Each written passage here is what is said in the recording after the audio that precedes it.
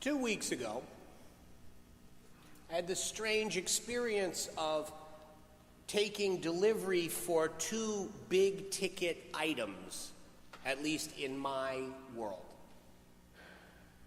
I got a new briefcase, and I got a new laptop. For me, these are big ticket. The first one was a birthday present from my parents, thank you, Mom and Dad. The second one was for work, which means that it was from Gordon Ing, so thank you, Gordon Ing. I'm getting used to both. Both of them look just brand spanking new. You remember how there used to be new car smell? If there were a smell to a light, it would have new car smell. They're out of the packaging new. And of course, in a laptop, that is considered very much a quality.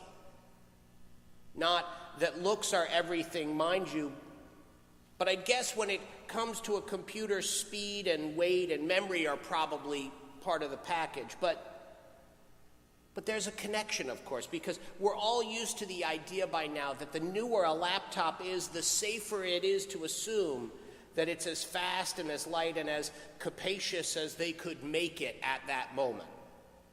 And I bet there are people out there who are really into technology and who can look at a laptop and say, oh, hey, MacBook Pro, early 2015 model, man, back in the day, that was a great computer. Reminds me a little bit of my dad, who's one of those people who can see an old car in a movie on TV and tell you the year that that car was made because of the shape of the tail fins or the chrome grille on the front. Maybe someday there will be people who can look at a laptop and do just the same thing. Maybe it's part of the DNA of what it is to be an American. Americans have always had a real appreciation for the new thing. But it's part of the challenge of life today that there is so much that feels so new, and things that are so new are replaced by even newer things so very quickly. Do you ever feel that way? Do you ever feel like it's hard just to kind of keep up? It's probably also true when you think about it then, that a briefcase is a strange thing to ask for your birthday in a world that's trying to go entirely paperless. Why would you buy a briefcase to carry papers? It's an old school kind of move. That's okay. That's okay.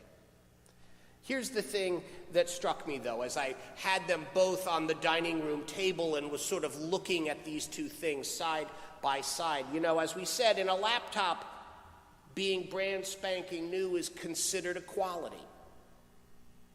But in a briefcase, that's not necessarily true. I mean, you can forget the Land's End nylon jobbies that were popular in the 80s as a sign of high fashion, like wallets with Velcro. I'm not talking about those kinds of briefcases. In a briefcase, it's really all about the wear and tear. It's about the weathering, about the gradual breaking in that comes out of being used, that comes out of being caught in the rain or left in the sun or being bungee corded to the back of a bike or scrunched under the seat of an airplane. These are all things that give a briefcase character.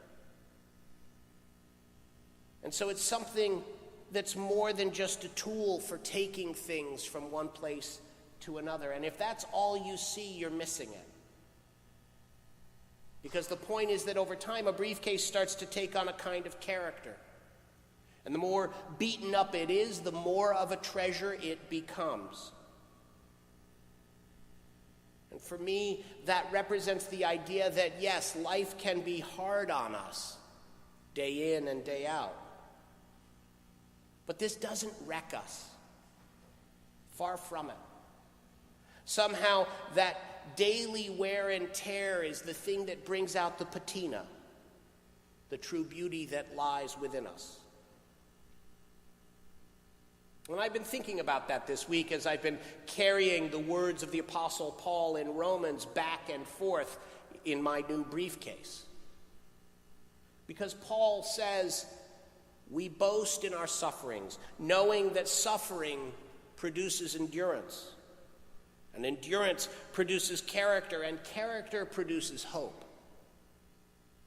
The King James Version puts it nicely too. It says, we glory in tribulation also, knowing that tribulation worketh patience, and patience experience, and experience hope. It's interesting, put it side by side with the passage from John's Gospel this morning. Jesus himself was a little reluctant to speak so directly. We heard just a little bit of his final speech before the disciples at the Last Supper this morning. And the part that caught my attention is that part when Jesus says, I still have many things to say to you, but you cannot bear them now. He knew hard days were ahead for those who wanted to follow in his way. And I don't know about you, but if I'd been there, I would have wanted Jesus to tell it to me straight. Whatever it was about him, or whatever it was about me, or whatever it was that was going to be happening to us, no matter how bad that was, I would have wanted to know. And so it would have been hard to hear this idea that there were more things to say, but that I could not bear them then. And yet Jesus was probably right.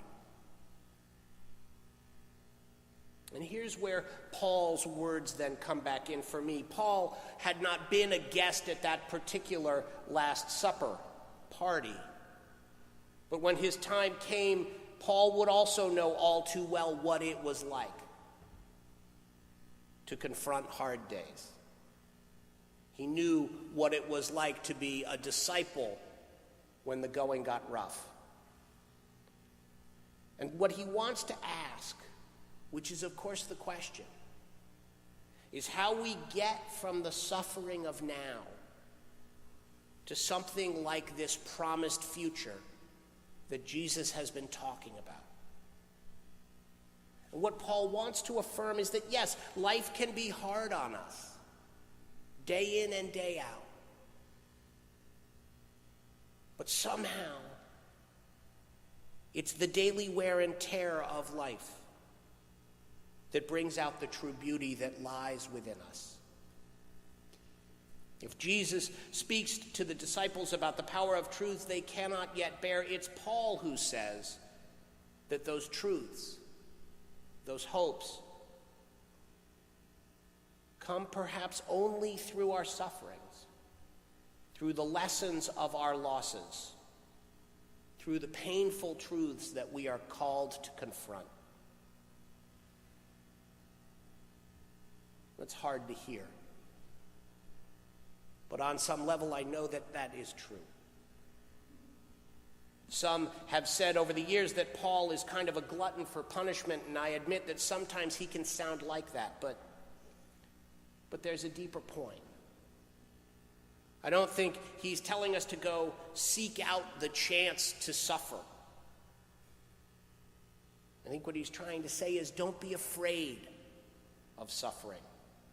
Don't be afraid of life's challenges and life's setbacks, even the big ones, even the ones you cannot hope to have the strength to bear. Do not let those sufferings stop you. Certainly do not let the fear paralyze you. I mean, yes, certainly they will not last. They will not be the final word, and that is comforting to hear.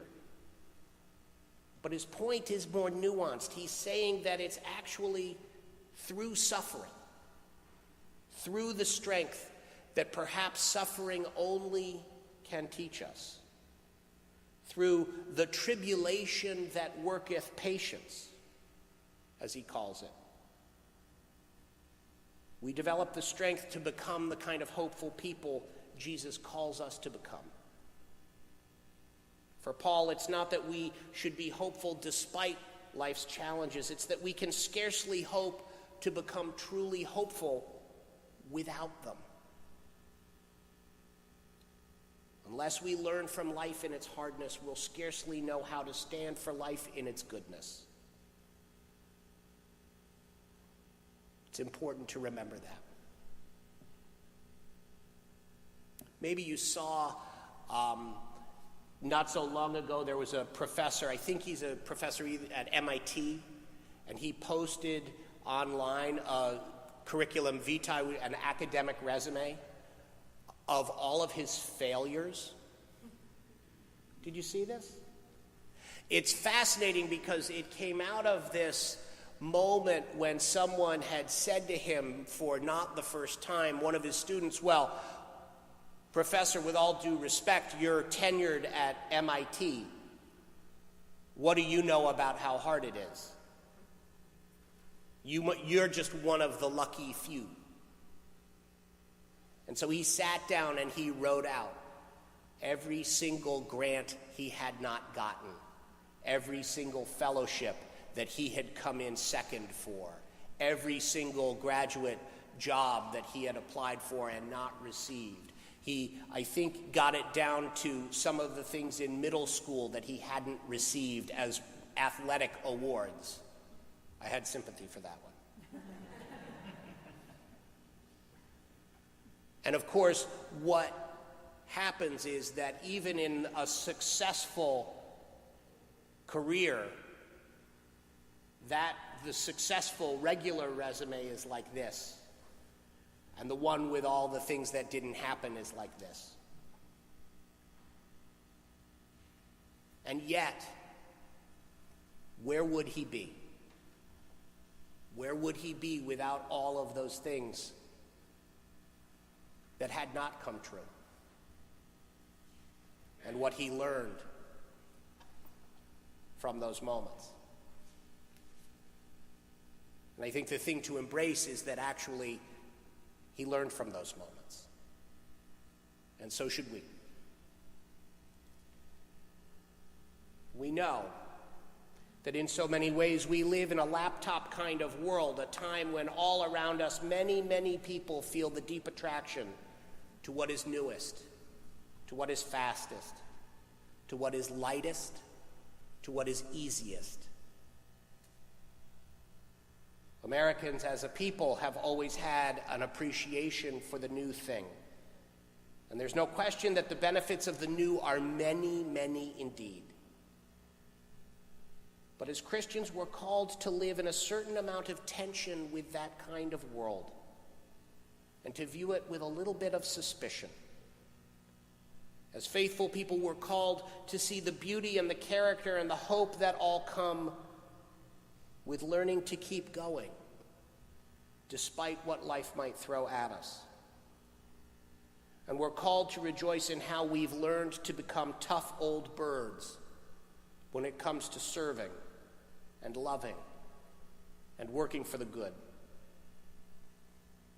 Part of it is seeing through the false promise that life can be painless or effortless or easy all the time. And we're also called to remember that it's those who pretend otherwise who often end up doing the most damage.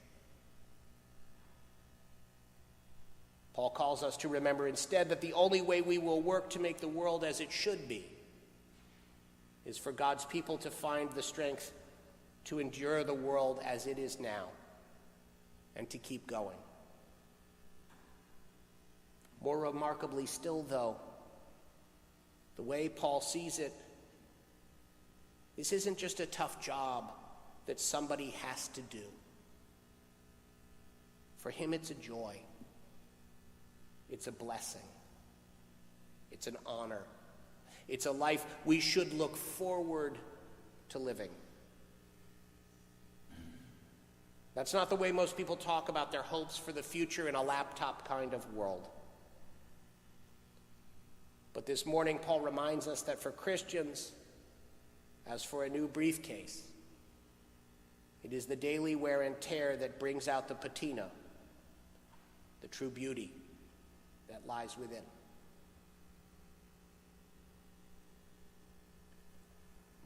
So the next time someone calls you an old bag,